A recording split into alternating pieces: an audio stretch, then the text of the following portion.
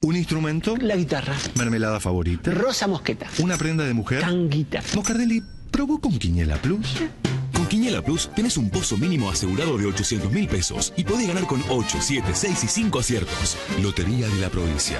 Seguimos buscando sensaciones entrerrianas. Hoy presentamos Termas. El agua caliente en tu cuerpo, el sol del atardecer y la sensación de haber hecho algo bueno y saludable para vos. Vení a Entre Ríos. Viví las termas. Un mundo dinámico, fascinante, digital, donde descubrimos posibilidades que te sorprenden, que te divierten, que hacen todo más sencillo, que mejoran tu vida, tu mundo, un mundo para todos. Telefónica.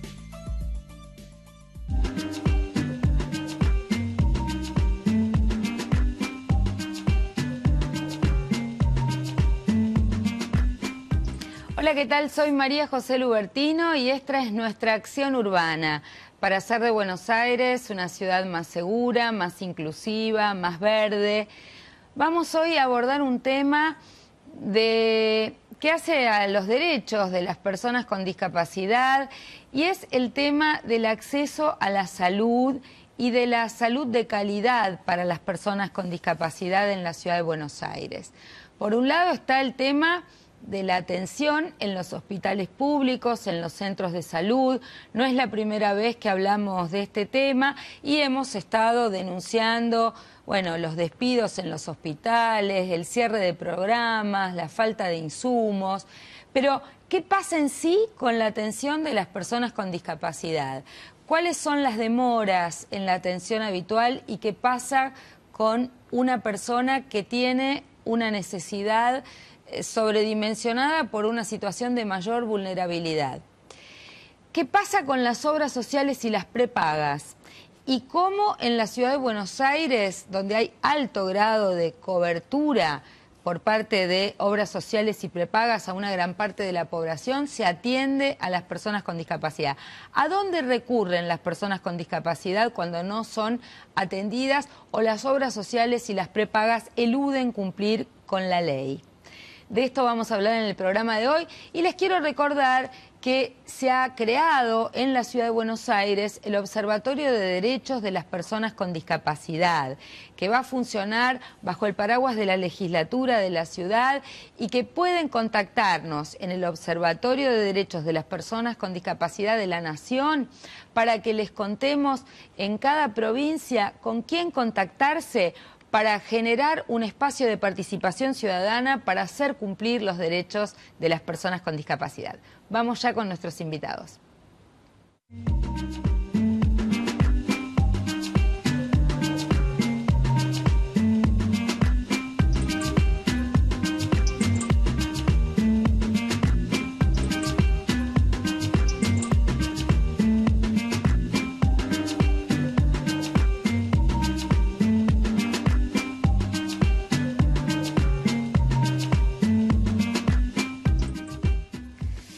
Bueno, y como les decía, estamos en Acción Urbana, hoy compartiendo con nuestros invitados el tema de el acceso a la salud de calidad y qué pasa en la ciudad de Buenos Aires con las personas con discapacidad. Para hablar de esto nos acompaña Edelmiro, que es el papá de Joaquín, que es un niño con TEA. TEA. Trastorno generalizado del TGD, que es trastorno generalizado del desarrollo. TEA significa trastorno del espectro autista. Ok, entonces vamos a ver cómo le ha ido con la salud a Joaquín. También nos acompaña el doctor Diego Agüero, él es abogado especialista en discapacidad y obras sociales. Y nos acompaña Eduardo Perazo, que él es representante de las organizaciones no gubernamentales en el ámbito del Observatorio de Derechos de las Personas con Discapacidad en el Consejo de Políticas Sociales de la Nación. Así que muchas gracias a los tres. ¿Cuál ha sido tu experiencia? ¿Cuándo detectaron que Joaquín tenía trastornos? A Joaquín se lo diagnostican después de un largo camino a los 3 años y medio. A partir de ahí el neurólogo, que es Víctor Ruggeri, es un neurólogo reconocido, nos pide que hagamos terapias interdisciplinarias, que psicología, psicopedagogía, fonobiología, son diversas las terapias, y ahí comienza lo que yo llamo siempre el infierno, que son las obras sociales, ¿no es cierto? Decime una cosa, ¿se podría haber detectado antes el trastorno? Sí, seguramente. Lo que pasa es que no hay un protocolo. Nosotros, desde la organización nuestra, que es Teje de Padres, lo que estamos haciendo es impulsando un proyecto de ley, para que se convierta en ley, sobre lo que es la pesquisa y detección de TEA, a los chicos con TEA. Esto iría acompañado con el certificado, sería obligatorio, y iría acompañado con el certificado de vacunación. Eso sería importante. ¿Esto se detecta con el niño porque lo detectaron ustedes y entonces empiezan a llevarlo al médico, o él iba al jardín y allí se detecta? A ver, la primera que se da cuenta de que algo extraño pasaba era la maestra jardinera, la verdad, y fue más o menos a los 60 días, o sea, muy chiquito, él iba a una guardería. La pediatra, también una mujer con mucha experiencia, notaba conductas raras, llamadas extrañas, como por ejemplo cómo movía las manos, el aleteo, y pasamos por muchos neurólogos y todos nos decían que no tenía nada, que había que seguir estimulándolo, íbamos a centros de estimulación que nos decían, ¿ustedes para qué vienen? O sea, porque no entendían qué le pasaba a Joaquín. Hasta que, bueno, dimos con el doctor Víctor Ruggeri, que en la segunda entrevista nos dio el diagnóstico, ¿no es cierto? Esto es interesante porque también denota que no todos los profesionales, primero, no todos los profesionales tienen que ser especialistas en un tema, pero sí cómo se hace esa derivación, cómo lograr que la persona con un trastorno rápidamente sea derivado, por lo menos en una interconsulta, para que esto no suceda, ¿no? Ahí esa dilación, si se hubiera detectado con antelación, hubiera habido otro encauce previo, alguna alteración mayor pudiera ser detenida o era inevitable este tránsito. A ver, la realidad es que el promedio hoy de detección está en ese rango, entre los 3 y los 4 años. Si se detecta antes, la verdad que no sabemos cómo sería el progreso. La realidad es que la realidad de Joaquín fue la óptima para este momento. Hay chicos que hoy se están diagnosticando con 8 y hasta 10 años y más también. Y contame entonces, el profesional sí reconoce el problema, ¿y qué pasa con las obras sociales? ¿Por dónde transitaron? Bueno, el profesional lo que larga es una cantidad de terapias a llevar adelante, son cantidad de horas, pide por supuesto una maestra de acompañante, se llama maestra integradora o acompañante de apoyo, para el jardín o colegio, y ahí es donde conocemos lo que se llama el famoso nomenclador nacional, que el nomenclador nacional, esto los padres lo tienen que tener en claro, es una relación que tiene el Estado a través del Ministerio de Salud con las obras sociales. Que es el nomenclador, es un monto que el Estado le reintegra a la obra social por esa prestación. Lo que no quiere decir que esto es muy importante. Claro, es importantísimo. Esto es importante porque no es que la obra social se va a terminar haciendo cargo. En definitiva, es el Estado el que va a estar compensando este servicio que tiene que prestar la obra social. O sea que a veces las obras sociales ningunean la prestación de un servicio, aun cuando se les va a devolver. Sí, es así. ¿Cuál era la obra social que te tocó a vos? Yo tengo 2 UBA, que es la Universidad de Buenos Aires. Nosotros largamos una encuesta ahora esta semana que fue muy impactante porque solamente el 13% tiene la cobertura que tiene que tener, el 20%, 19% está con recurso de amparo y los restantes varían entre que una cobertura del 70%, o sea, cuando uno firma el acuerdo figura como el 100% de lo pedido por el médico, pero en realidad por ahí las terapias están al 70%, al 50%, o sea, es muy complicado el tema. Y después los retrasos en los pagos es uno de los temas que más se está complicando en este momento, que lo suba en este momento hace 4 meses que no paga. ¿No paga a los médicos o no les devuelve a ustedes los reintegros de lo que gastaron? No, a nosotros nos reintegra a nosotros.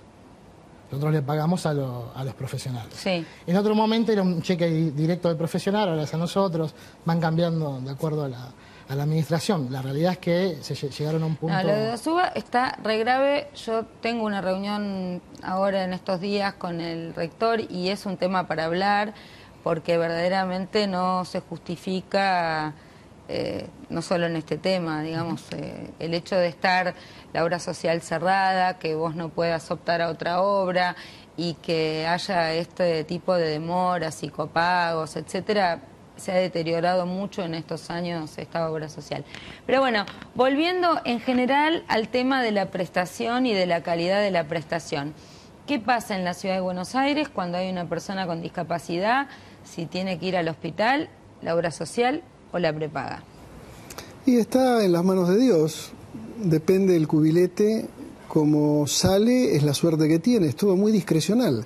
De pronto puede ir a una obra social que la atienden bien, le cubren bien, a un profesional que la atiende satisfactoriamente, o de repente no tiene suerte, peregrina, tiene que ir a las 5 de la mañana a buscar un turno, lo pierde, no la atienden de la manera adecuada, no hay calidad. Es como que hay distintos nichos. Entonces, de pronto, de acuerdo al tipo de cobertura, a la calidad del profesional o de la obra social, va a ser lo que encuentre. ¿A dónde puede recurrir una persona que pasa por esta situación de angustia cuando entiende que tiene que hacerse un tratamiento urgente o necesita una prótesis urgente o necesita una cobertura, una intervención y no encuentra dónde, ni en lo público ni en lo privado? Lo primero que tiene que hacer es asesorarse, porque lamentablemente la mayoría de la gente ignora sus derechos y sus posibilidades. Si la obra social no responde adecuadamente, debe dirigir su denuncia a la Superintendencia de Servicios de Salud, que si tiene suerte y es atendida correctamente, acciona como corresponde. Si no tiene suerte, no es atendida correctamente y tampoco acciona como corresponde. En ese caso, debería recurrir a un profesional del derecho para que impulse una acción de amparo. Por suerte, la justicia sigue funcionando y a veces más rápido que el Estado. Bueno, por un lado quiero compartir la información de que se puede denunciar a la Defensoría del Pueblo, de la Nación o de la ciudad, que la mayoría de las denuncias, a la cabeza de las denuncias que tienen las Defensorías del Pueblo de todo el país, están en los rubros que se disputan la posición principal, las telefónicas, la telefonía celular, los bancos y las obras sociales y las prepagas por incumplimientos de prestaciones de este tipo.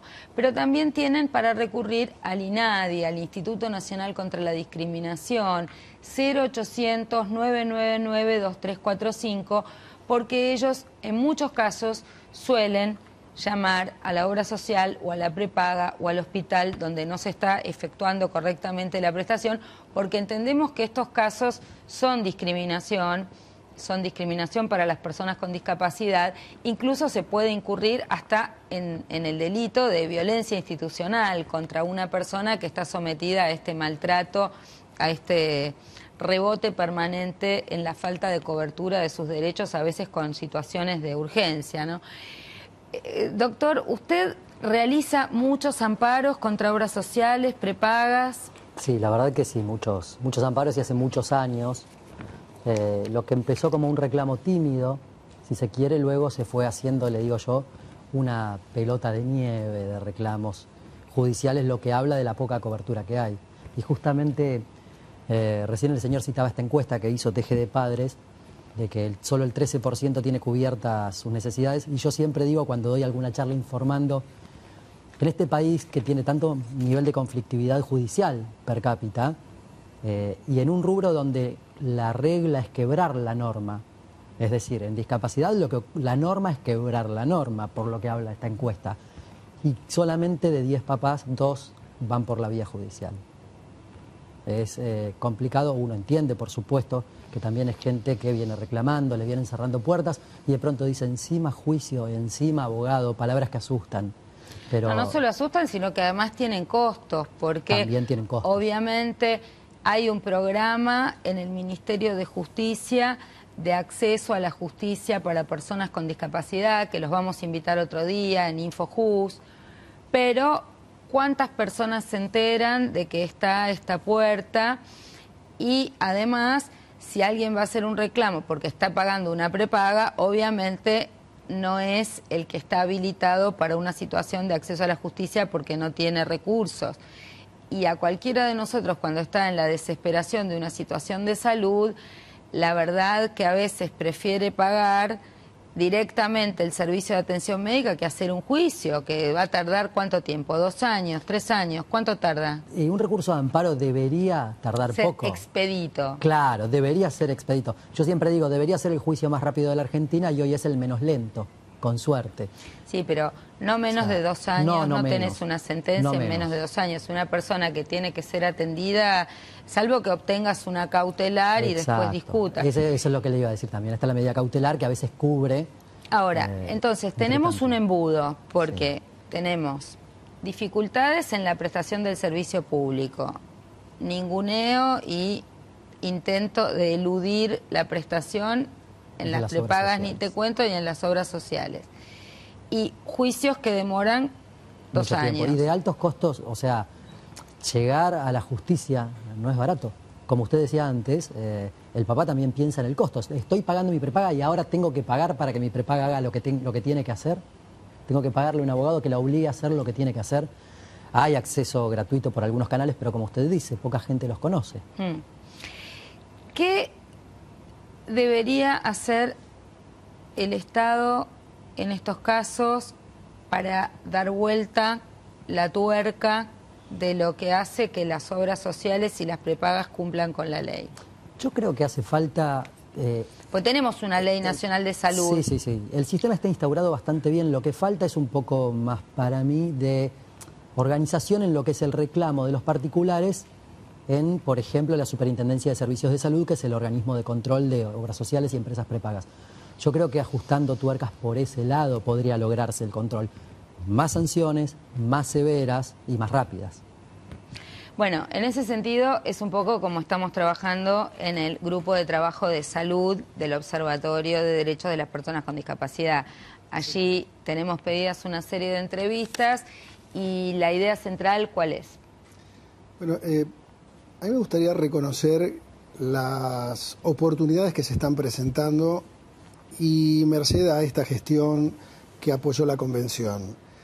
Creo que la creación de los observatorios, porque ahora, Dios mediante, con la nueva conducción se va a diseminar el concepto a nivel nacional, va a haber más participación, más que nunca. Yo percibo que en los últimos tiempos las organizaciones tienen un desempeño más eficiente y un campo de acción mucho más efectivo.